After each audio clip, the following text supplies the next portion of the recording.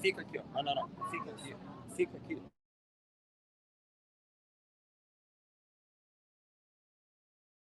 Ok. Vamos lá para tirar foto. Peraí, Otávio. Bom, nós estamos... Eu não sei se estamos ao vivo agora aqui. Nós estamos na frente do prédio das Nações Unidas, onde fica o escritório do embaixador brasileiro, que é o representante do governo brasileiro nas Nações Unidas, o embaixador Danese. Nesse momento, nós temos o deputado Marcel Van Hatten, temos o senador Girão, o senador Portinho, do Rio de Janeiro, e é uma comitiva de 4 parlamentares, mas, na verdade, esses parlamentares estão representando um grupo muito maior. E há um grupo de brasileiros aqui desde cedo. Nós temos caminhões adesivados, bonitos os caminhões. Há o senador Magno Malta também, que eu não citei. Nós já conversamos com esses parlamentares em algum momento um pouco mais cedo e houve oportunidade, inclusive, de trocarmos algumas ideias e fazermos algumas perguntas. Por exemplo, é válido a gente vir às Nações Unidas sabendo que, muitas das vezes, o próprio ambiente das Nações Unidas é um ambiente progressista, que, de certa forma, está mais alinhado até com o governo, e o próprio embaixador, representante, já foi um secretário da presidente Dilma Rousseff. Então se pergunta, é válido esse esforço feito durante o recesso, todo esse deslocamento de brasileiros para cá? Mas eu creio que sim, porque há uma sinergia entre todos esses movimentos. Na semana que vem, por exemplo, haverá um outro movimento em Washington. Esse ajuntamento em Washington, inclusive, será possível ingressar dentro do Congresso, dentro do Capitólio. E eu falava com o Paulo Figueiredo, ele chegou aqui agora, eu vou retornar com ele aqui, com esse fundo aqui, verde, bonito aqui. Isso aqui é bom que é ambientalista. Isso, aí a gente fica reduz as emissões. Alinhado. Agora estamos ao vivo de novo com a TV Flórida, vamos ver se a gente consegue terminar aquela nossa conversa. Me parece que eles cortaram o início, eu sei que você já falou isso umas 10 vezes hoje, mas... Então, nesse momento, enquanto infelizmente, né, só foi possível que o embaixador Danese recebesse somente os 4 parlamentares, né? Ele não queria nem receber, né? Por ele nem recebia, mas aqui é obrigado, então ele tem que receber. Eu creio realmente, porque estava marcado para 10h45, depois ele mudou para meio-dia, aí depois só deixou subir só os parlamentares. Nós, inclusive, estávamos junto com a comitiva, mas convidados pelos parlamentares para participar e o embaixador vetou. Exato. Faz parte da vida. Faz parte, mas... bom que a gente está aqui com o povo, eu gosto mais de estar com o povo do que com o ex-secretário da Dilma. É verdade, e a gente teve essa interação fantástica. Eu cheguei aqui um pouco mais cedo e foi impressionante. Quando eles mudaram o horário, o povo não arrefeceu, foi lá para o hotel. Nós tivemos a oportunidade de conversar no hotel com os senadores e com o próprio deputado Marcel Van Hatten também. E, novamente, eu vou te fazer aquela pergunta que nós já fizemos várias vezes, né? Vale a pena esse esforço, o esforço da semana que vem? Inclusive, eu queria te pedir que você repetisse um pouquinho sobre o que vai acontecer lá em Washington também. Inclusive, também, logo depois, em agosto, tem um evento em Boston, né? Que você me convidou também. Ou seja, há vários movimentos acontecendo aqui. E lá no sul da Flórida, em especial onde nós moramos, nós temos uma comunidade de refugiados políticos gigantesca, né? De cubanos, venezuelanos, nicaragüenses, bolivianos e agora os brasileiros, né? Fala um pouquinho, então, sobre essa pergunta que o pessoal me faz muito, Paulo. Vale a pena vir fazer esse protesto ou apresentar esse documento nas Nações Unidas? Muitas vezes parece que não, né? Eu mesmo apresentei com a Carla Zambelli, deputada Carla Zambelli, uma denúncia na Comissão Interamericana de Direitos Humanos em novembro, que nós estamos acompanhando, estamos vendo como é que está o andamento, etc. Ainda está dentro dos prazos deles, mas é muito importante que as pessoas entendam que isso tem alguns propósitos. O primeiro deles é dar trabalho, é criar fricção, é criar desconforto, é você mostrar que há consequências, mesmo que o ditador máximo do Brasil não deixe andar nada, mesmo que o amigo dele, o Rodrigo Pacheco, sente em cima de todos os processos, mesmo que as autoridades brasileiras prevariquem, vai haver um grupo de brasileiros destemidos que vão estar dispostos a criar fricção, a criar desconforto. Esse é a primeira coisa. Então, muitas das coisas que nós veremos aqui para frente não serão soluções para o problema do Brasil. Elas serão fricções para impedir que eles avancem com tanto conforto. Eu acho, e cada vez que eu estou explicando essa história, eu estou abordando um ponto diferente, mas eu acho que eles dão um ótimo exemplo para a gente de como isso deve ser feito. Veja, quando o presidente Bolsonaro foi eleito em 2018, em 2019, eles já estavam criando inquérito inconstitucional, eles já estavam denunciando, o Jean Willis fingiu que era exilado nos Estados Unidos. Eles não deixaram o Bolsonaro trabalhar nem um milímetro. Qualquer coisa que era feita, vinha um movimento que, mesmo que não impedisse, dificultava. Você reduz a velocidade do avanço do governo totalitário. Isso é muito importante. Esse é um ponto.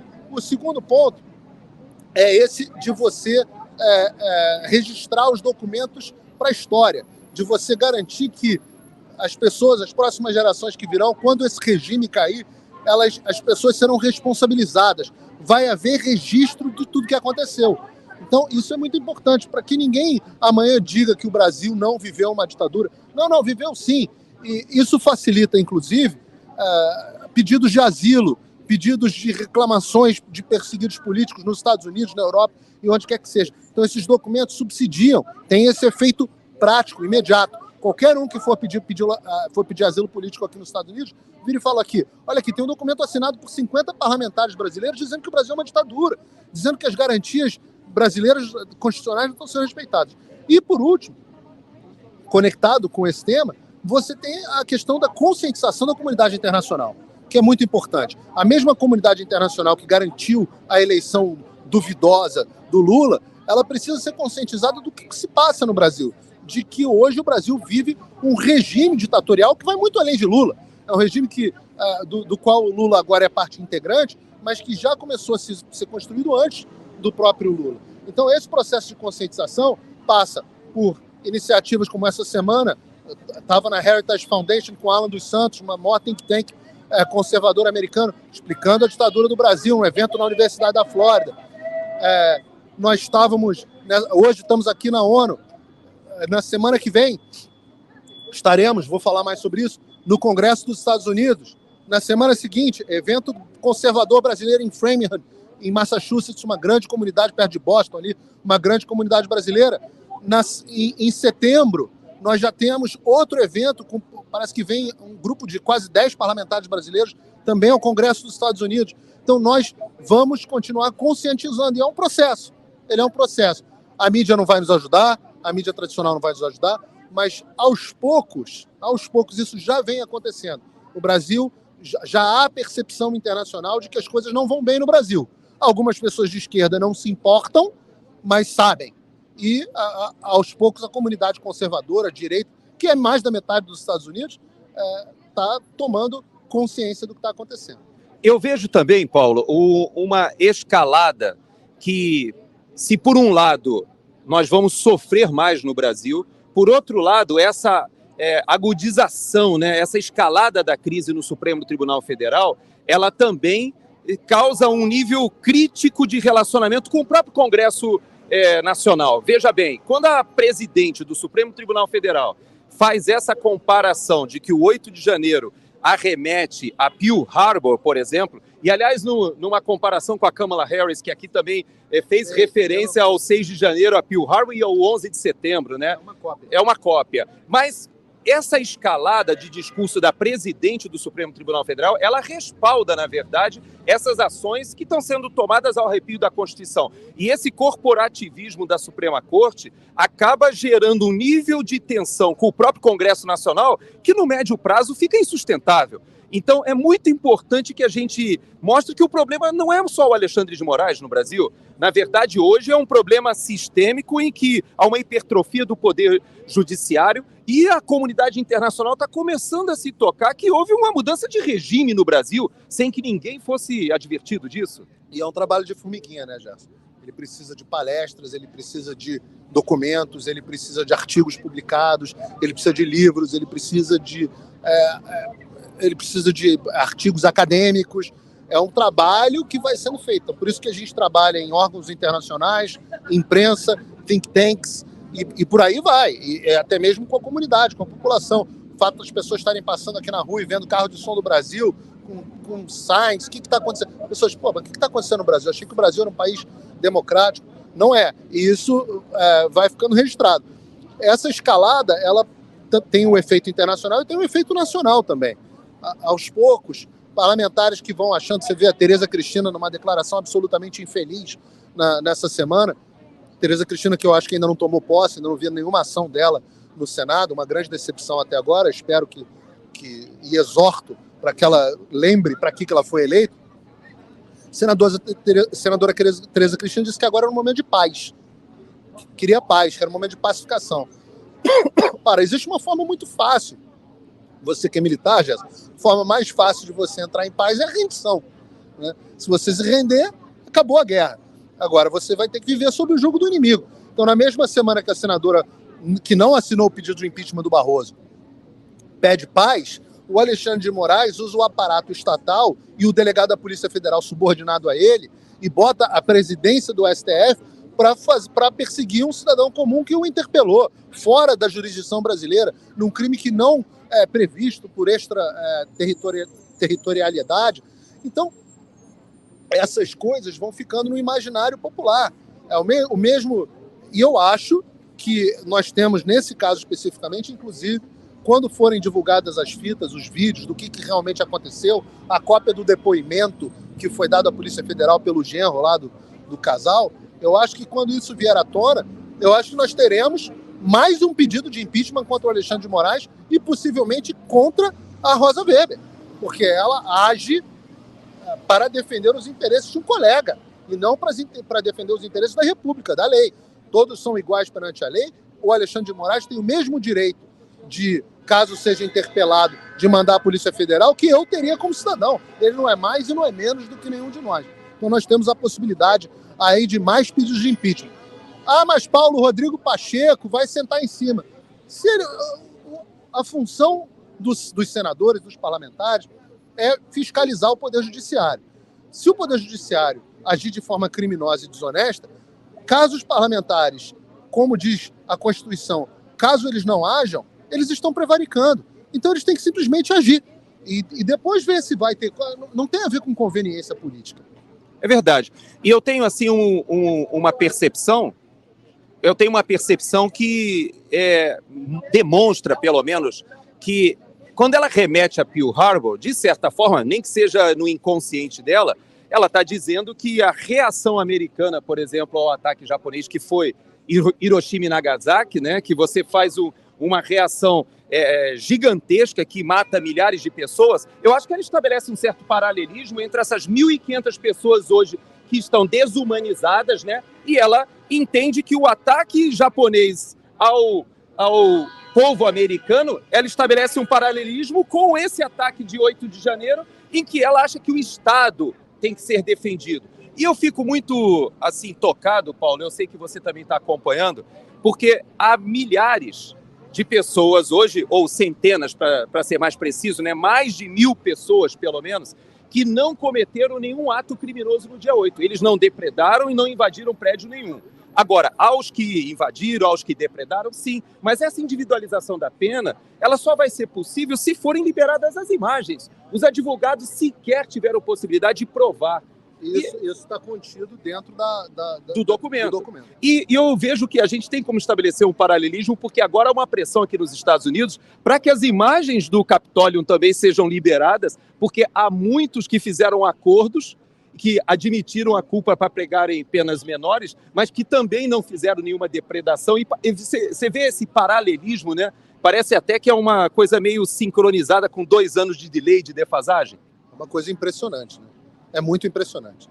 Não tem nenhuma pessoa que não olhe os paralelos entre Brasil e Estados Unidos e não fique absolutamente chocada, né? Claro que as situações elas não são idênticas, elas são análogas, né? Então há semelhanças, mas elas são muito fortes. Aqui a forma como o Departamento de Justiça perseguiu as pessoas que estavam envolvidas no 6 de janeiro tem muitas semelhanças com o Brasil. Só que o Brasil é ainda mais distópico, porque essas pessoas elas foram julgadas por um juiz comum, elas tiveram direito a uma apelação, estão tendo direito a uma apelação, e no Brasil é tudo centralizado no gabinete do Alexandre de Moraes. Agora, você vê, existe o mesmo conluio da imprensa para não mostrar o que aconteceu, existe o conluio das autoridades, inclusive dos políticos de esquerda, para esconder as imagens, né? Você tem o acesso dos advogados para a defesa é pior no Brasil? Mas aqui também não foi completo nos Estados Unidos. E quando as imagens começaram a surgir, aconteceu de que muitas pessoas, inclusive o xamã do 8 de janeiro, né, quando a primeira leva de imagens, que foi aquela que o Tucker Carlson liberou, foi demitido um pouco depois, né? A primeira que o Tucker Carlson liberou, do 8 de janeiro, que mostrou lá aquele xamã com aquele chapéu de viking entrando no Congresso, ela mostrou que ele, na verdade, não tinha sido nada de hooligan, não tinha destruído nada, e ele acabou sendo liberado da prisão. Ele foi até convidado para fazer uma oração no momento lá. Mas oração é o maior crime.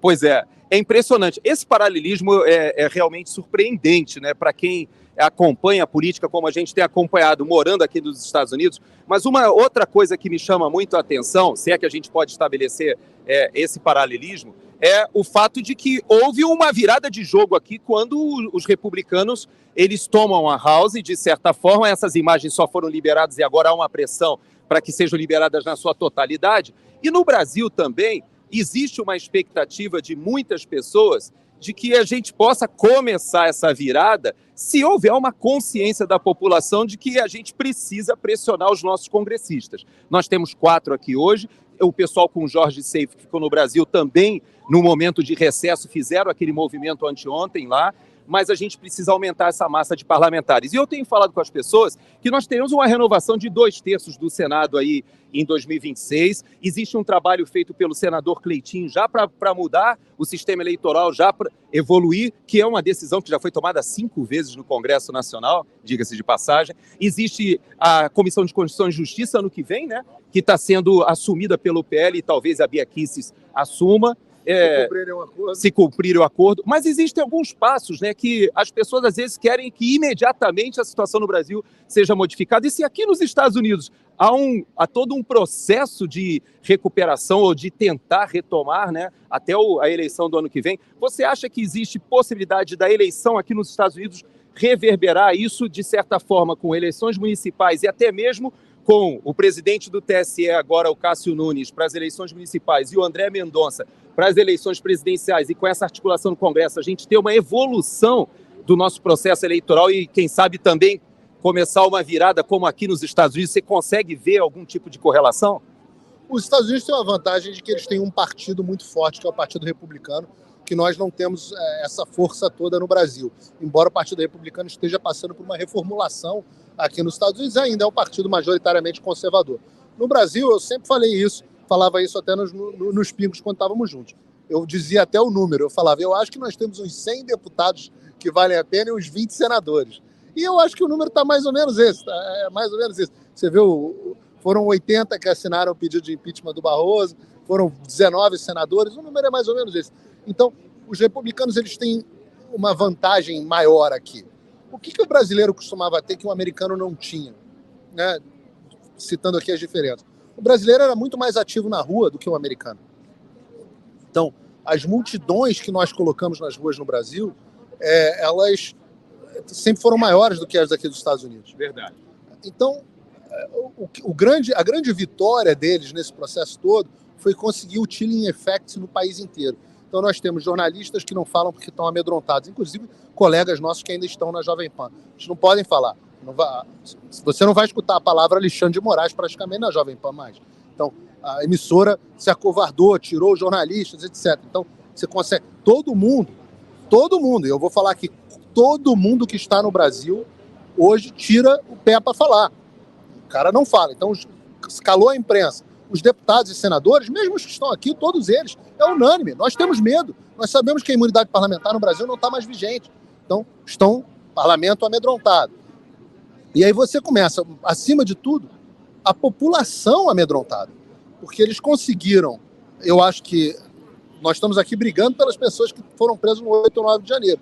Mas elas, a imensa maioria delas foi um grupo, foi criminoso e merece ser punido por isso, mas é um grupo pequeno. Agora, muitos foram incautos de estarem no QG, diante quando o comandante em chefe das Forças Armadas era o Lula, de de estarem ali nos arredores dos prédios públicos, sabendo o que tinha acontecido no 6 de janeiro nos Estados Unidos, não há mais justificativa para ninguém estar ali. E nós ainda falamos para as pessoas, muito cuidado, cuidado, cuidado. Então, essas pessoas, elas foram presas por um motivo, porque elas foram ou criminosas ou incautas. Nunca ninguém foi preso na Avenida Paulista, nunca ninguém foi preso na Praia de Copacabana, nunca ninguém foi preso nas inúmeras manifestações que aconteceram no Brasil. Então as pessoas precisam também ter um pouco de coragem, ter um pouco de fortaleza para voltarem sim aí às ruas. Porque, não, mas Paulo, não adianta. De novo, você não vai resolver, você vai criar fricção, você vai mostrar que tem coisa do outro lado. Eu passo o dia inteiro conversando com parlamentares, a maioria da oposição, é verdade. Mas mesmo eles respondem muito a vocês. Eles falam, não está tendo pressão popular. O quanto que o Jorge Seife não brigou para conseguir as assinaturas, e no final das contas o que mudou foi a pressão popular. O PL 2630, que o PL da censura, que foi aprovado a urgência na Câmara, ele foi barrado por duas coisas, pressão popular e pressão das Big Tech, das redes sociais. Então, as pessoas, o que vai liderar a virada no Brasil, acima de tudo, ela certamente passa pela volta da população manifestando a sua vontade, pela perda, não a perda do medo, a superação do medo, que é mais do que a perda do medo, da população voltar para as ruas. É por isso que eu estabeleço um certo paralelismo com as eleições de meio de mandato aqui, de 2022, porque a eleição municipal de 2024 no Brasil pode ser que seja um carreador dessa mobilização nas campanhas, o presidente Bolsonaro subindo no palanque, coisa que ele não teve liberdade de fazer em 2020. Ele vontade não tinha também possibilidade, porque se ele subisse no palanque de um, ele perdia o apoio do outro ali no parlamento, ele não tinha o Congresso Nacional, o Centrão, que se beneficiou da eleição de 2020, mesmo o Centrão, ele não podia subir no palanque do PP, se subisse no palanque do outro ali, do Republicanos. Seja como for, ele diz que agora, em tese, tem mais liberdade. Vamos ver. O que a gente torce é que no Brasil, pelo menos, uma direita comece a ganhar algum tipo de musculatura agora na oposição. E esse tipo de ação que nós fazemos aqui nos Estados Unidos, de certa forma, vão ajudando nessa musculatura. Eu vou fazer o seguinte, nós vamos terminar agora, terminamos nesse momento e assim que for possível falar com os senadores, nós retornaremos aqui agora.